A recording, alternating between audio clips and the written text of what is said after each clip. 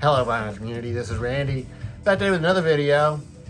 I received in the mail a few days ago some VCLT, and I have also received in the mail a couple of records that were strong recommendations from other vinyl community channels, so I'm going to show those to you today. So the VCLT comes from Steve at All the World's a Stage. This is Porcupine Tree. Closure Continuation is the name of the album. It's not actually an album in here. First of all, let me just tell you, Steve at All the World's a Stage has started making videos again recently. He was a regular contributor to the vinyl community a couple years ago, 2 or 3 years ago, for a while, a year or I don't really know how long, but I know he was a regular contributor, and then he kind of disappeared, and well, he explained all that in his comeback video, which he posted, I guess it must have been about a month or so ago, a couple weeks ago. And so I'll let you take a look at that video for yourself if you want to know the whole story. But he's back now making videos, so that's good. So welcome back, Steve. It's great to have you back. And I'm not sure if it was vinyl. I'm not really sure where the topic came up, but Porcupine Tree came up, and I think I mentioned him that I'd never heard him in the comments for his video. And so he told me that he had received, due to an error at Amazon, an extra copy of this. What is it called? Closure Continuation is the name of the album. So this is a box set. There is 3 CDs in here, and then there's a book. So that's what these are. So pull these out now. So yeah, he mentioned in comments that he had an extra one and asked me if I wanted it. Of course I would like to have that. So it really works out well for me, because I'm showing you the back of this now. Yeah, I'm not really sure what all that stuff means.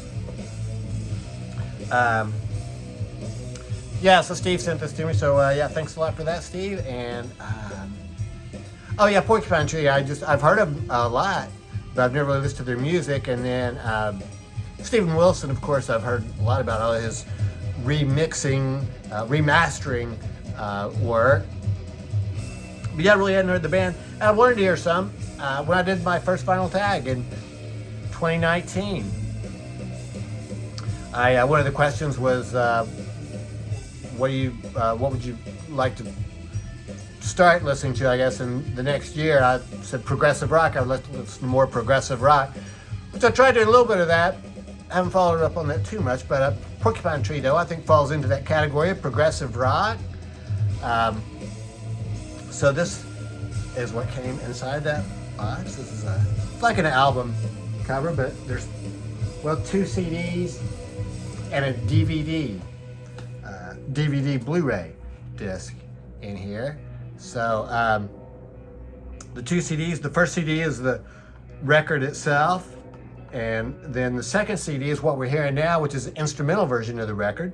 And then the Blu-ray is the record, and it shows some visuals on screen while you're watching it. So it's pretty cool. It's not really like watching a video. There's no story or anything. There's like one picture for each song, and then they manipulate that picture with like psychedelic effects and stuff like that. So like this picture, for instance, is one of the pictures that's used for it. And I think this book is called What You See Is What You Think You See. And I guess it was created by Ian Anderson, and they have an asterisk by his name in the credits. On the asterisk it says, no, not that one. So I guess it's not the Jethro Tull guy, but another Ian Anderson. So he created this, and yeah, what you see is what you think you see. So there's pictures in here, and every picture is like that. There's a white square in the middle of it throughout. So I guess that has to do with the theme of what you see is what you think you see. Also, on some of these, the lyrics are there. So the lyrics for the songs are there. So that's very cool. And so some of these pictures are the ones that are taken to illustrate the songs while they're playing, you know, in your DVD player. And the Blu-ray also has like other mixes and stuff. It has one called an Atmos mix, which I don't even know what that is. But it has, you know, 5.1 surround sound and all that kind of stuff. So, yeah, it's pretty cool visuals, and the music is cool. So Porcupine Tree, I mean, I really like this. I've been listening to it for the past week. Been listening to it while I'm doing a morning workout on the Max Trainer 6.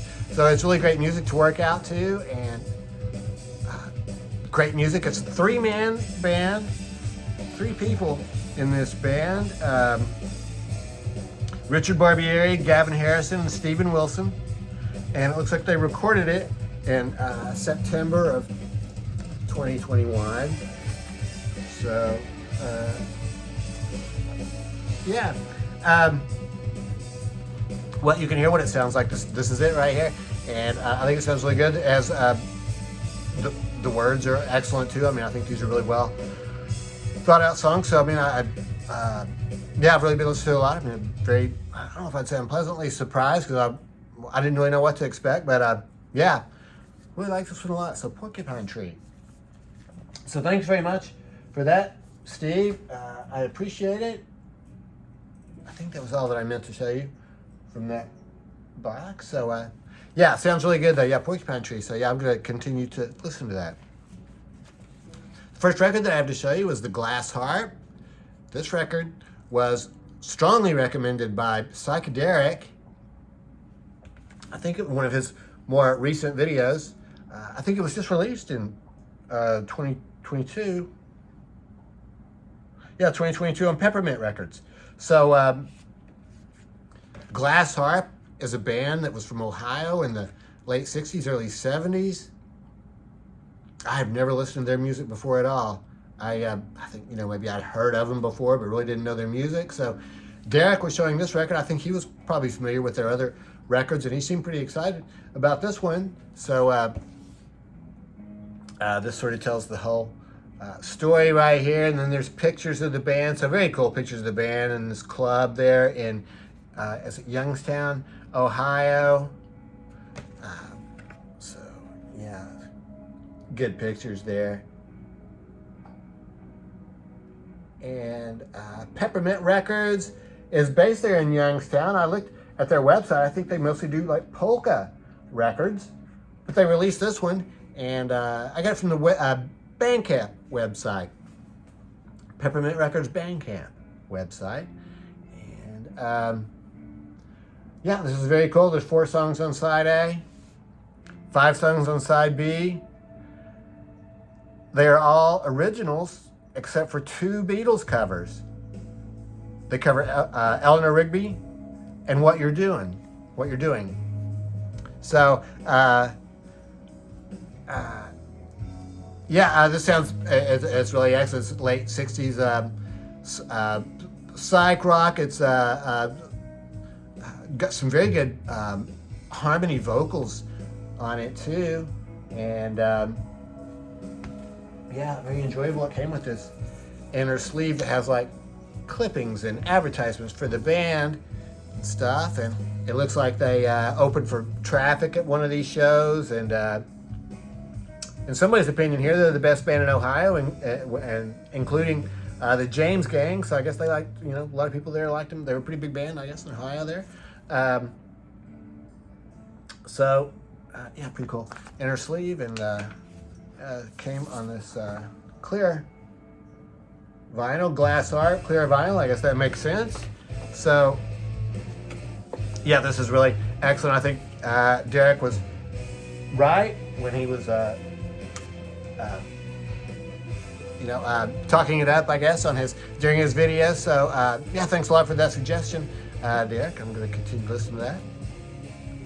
The Zonk Man, Steve Bender. This was his record of the year for 2022. I also remember when he showed it in a video during the year when he received it, how excited he was about it. So this is King Buffalo. It's the name of the band. Regenerator is the name of the album. This is a band from New York. I guess it's a power trio. 3 people in this band. And there's the back cover. So it came really highly recommended by Steve. So I bought it. I guess it's a blind buy. I mean, I'm not sure what the definition of blind buy is. I mean, I always thought of blind buy as being like when you're there at the record store and you see something that you've never heard of before. Never heard of the band or anything. It's a total blind buy. But it seems there's varying degrees of blind buy. And I guess it's a blind buy also if you just buy it based on somebody telling you about it, but you haven't actually listened to it yet. So I didn't listen to King Buffalo at all. But, once again, just like with Derek, I want to say thanks, Steve, for the suggestion. This is a fantastic record. I mean, really, the very first song, Regenerator, it started out, it just sounded so great. It actually was not nearly as I guess, hard rocking as I thought it was going to be. It sounds like 70s rock to me. Well, psychedelic 70s rock. The best parts of 70s rock. And, yeah, I mean, that's about the best description I can give you for it. It's a very solid record throughout, both sides. So, yeah, let's glad to get this one. So, yeah, King Buffalo. This is I guess they pressed this record themselves. I got it from their website. I went to the King Buffalo website and ordered it. So, yeah, pretty cool. Pretty cool vinyl. And so the last thing this King Buffalo also came with this cool sticker. I haven't figured out a place to stick that yet, but this is all a border. The sticker, when I tear it off, is just going to be all black. And so that was cool. And so thanks again for that suggestion, Steve, and also to Derek, and thanks for that. And the last thing I have to show you today is CD I got in the mail just a couple days ago. Dave's Pick, volume number 45. This is the Grateful Dead in Portland, Oregon at the Paramount Theater on October 1st and 2nd, 1977. So, another 77 show from the Grateful Dead. They have released a lot of shows from 77, mostly from that spring tour. This is October of 77, so this is really cool. This is 2 full shows. There's 4 CDs in here. Both shows, the October 1st and 2nd, are presented in their entirety here. So that's what the CDs look like. And it's really cool. You know, I've wondered, like at shows like this, what percentage of the crowd was there for both nights. Like when I went to see the Grateful Dead, when I would go on any particular night, I think really just about always, anytime I went to see them, it was part of a 3-night stand, either at Shoreline or in Oakland, 3 nights in a row. And if you were there on the 2nd or 3rd night, you could turn to the person next to you and say, were you here last night? And chances are they were. Or on the 3rd night, were you here both the last 2 nights? And chances are they were pretty good that they were there for both of those nights, or, at least maybe one of them. So I've wondered how many people, when you go to any show like that, where at a 3-night stand, how much of the crowd is repeat crowd over the 3 nights. I guess there's no way of finding out, but this is really cool. And I would bet a lot of these people went to both nights. Paramount Theater, I think that's probably a smaller indoor theater, and it's really cool. The first night is sort of the Chuck Berry sandwich. They started out the first set with Promised Land, and finished the final encore that night is Around and Around. So a lot of Chuck Berry there. And it's really cool. Of course, they don't repeat any songs on this. They do some very cool songs from 77, like Passenger, which features both Donna and Bob singing together, co-lead vocals. Sort of unusual on that. It's really cool, too, because I think the people there would just look at this as being really just one big, long show, just sort of a long break in between, or maybe 3, maybe 2 short breaks and 1 long break in between. But I bet a lot of the people went to all of these, and so they would have come back for the 2nd night and would have gotten started up with Casey Jones. So it would have been a good way to start the 2nd night, and I really like this one. Donna gets to do Sunrise on here, so that's one that she wrote and sang herself. So Sunrise, a cool song. And Dupree's Diamond Blues, probably one of my favorite Grateful Dead songs. I really like on here also, when they come out of drums, it's The Wheel. out of drums. So that's kind of cool because the first time I saw the Grateful Dead, it was the wheel out of drums. This second set on the second night, that was it's pretty incredible. It's Scarlet Begonia's Fire on the Mountain, then playing in the band, then drums and the wheel. But what's really incredible is after drums and the wheel, then they do Truck and then the other one. Then Wharf Rat. Ending up with Sugar Magnolia, which I think was probably no surprise to anybody. So it's a fantastic song selection there for that second set. So I don't know about those colors on that. Kind of interesting. A lot of roses, I guess. So that's it. Oh yeah, and this also came with a booklet here. So stories about the show. Guy who went to the show back then, and yeah, not too many pictures here. Here's a picture of Jay playing the Wolf, famous guitar that he played. I was at the show in Oakland when he played the Wolf for the last time. Broke it out. He had never played it when I saw him, and yeah, when I was there and I saw it, looked like a Stratocaster, which he doesn't normally play, but it's not a Stratocaster. It's the Wolf, and yeah, it was a very famous guitar of his. It played for a while there in the 70s, I guess. So that's it. So yeah, let me know what you think about those. So thanks very much. Yeah, thanks very much once again to Steve for Porcupine Tree, which we're hearing. Really sounds fantastic. Really been enjoying that. Thanks also to Zonk Man and Psychedelic for those record suggestions. And I guess that's it. Let me know what you think about these. And I hope everybody's doing well. Thanks very much for watching.